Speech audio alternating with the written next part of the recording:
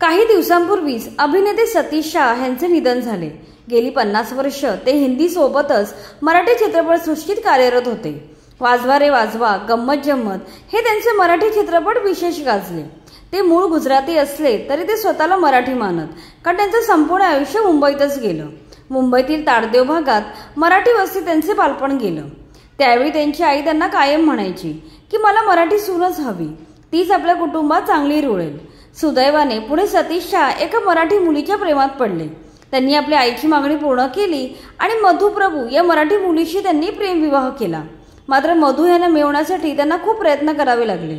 त्यांच्या प्रेमाचा प्रवास काही सोपा नव्हता। चला तर पाहूया त्यांची ही अनोखी प्रेम कहाणी। सतीश शाह यांनी इंटर कॉलेज नाटकाच्या स्पर्धेमध्ये मधु यांना पहिल्यांदा पाहिलं। त्यावेळी मधु त्यांच्या SNDT कॉलेजतर्फे एक पत्री नाटक सादर करत होत्या। मधु यांना पाहताच क्षणी सतीश यांच्या प्रेमात पडले। लगेच दुसऱ्या दिवशी सतीश यांनी मधु यांना प्रपोज केलं। मात्र सतीश फक्त टाइमपास करत आहेत असे समजून मधु यांनी त्यांना नकार दिला। पुढे शिक्षण पूर्ण झाल्यावर ते दोघे अभिनय क्षेत्रात आपापल्या मार्गाने स्ट्रगल करू लागले। याच दरम्यान सिफ्टा फिल्म फेस्टिवलमध्ये त्यांची पुन्हा भेट झाली। यावेळी पुन्हा सतीश यांनी लग्नाची मागणी लावून धरली, परंतु मधु यांनी यावेळीही त्यांचे प्रपोजल रिजेक्ट केलं।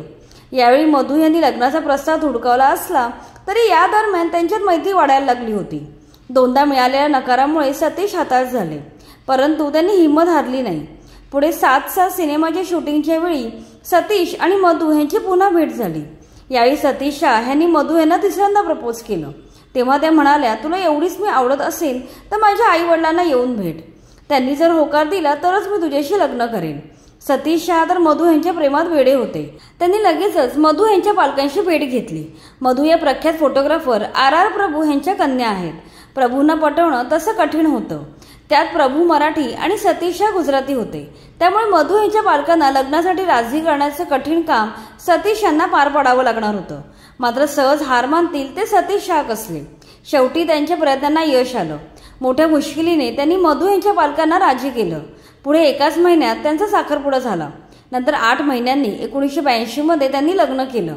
त्यांनी एकमताने मूल न होऊ देण्याचा निर्णय घेतला। सतीश शाह बॉलिवूडमधील दिग्गज अभिनेते झाले। मधु यांनी आपलं करिअर अभिनेत्री म्हणून सुरू केलं असलं तरी नंतर मात्र त्या फॅशन डिझायनर झाल्या। त्यानंतर 40 वर्ष त्यांनी एकमेकांना साथ देत सुखाचा संसार केला। पुढे उतारवयात दोघांच्या प्रकृतीच्या तक्रारी सुरू झाल्या। 2020 साली सतीश शाह यांना कोरोना झाला। त्यातून बरे झाल्यावर त्यांची किडनी फेल झाली। ते काही काळ डायलिसिसवर होते। यातच मधु यांना अल्झायमरचा त्रास सुरू झाला। हळूहळू त्या सर्व गोष्टी विसरायला लागल्या। कधी कधी त्या सतीश शाह आपले पती आहेत हेही विसरायच्या। यावेळी सतीश शाह त्यांना गाणी म्हणून दाखवायचे। त्यावेळी तुकड्या तुकड्यांमध्ये त्यांची मेमरी परत यायची। त्यांच्या अशा परिस्थितीमुळे त्यांची काळजी घेण्यासाठी सतीश शाहना दीर्घकाळ जगायचे होते। याच उद्देशाने त्यांनी किडनी प्रत्यारोपण केलं। एंजिओप्लास्टी सुद्धा करून घेतली। मात्र नियतीच्या मनात काहीतरी वेगळंच होतं। काही दिवसांपूर्वी 25 ऑक्टोबरला हृदयविकाराच्या झटक्याने सतीश शाह यांचे निधन झाले आणि मधु एकट्या पडल्या। सतीश शाह यांच्या निधनानंतर सर्व कलाकारांनी गाणी गाऊनच त्यांना आदरांजली वाहिली। यावेळी गाण्यातील काही शब्द बोलायला देखील मधु यांना खूप वेळ लागला। जसे जसे दिवस पुढे जातील तसा हा त्रास वाढत जाईल। काही दिवसांनी त्यांच्या सर्व आठवणी पुसट होत जातील। सतीश शाह यांच्या निधनामुळे मधु यांचा सर्वात मोठा आधार निघून गेला आहे। आता त्या भयानक आजाराशी एकट्याने झुंजत जीवन जगत आहेत।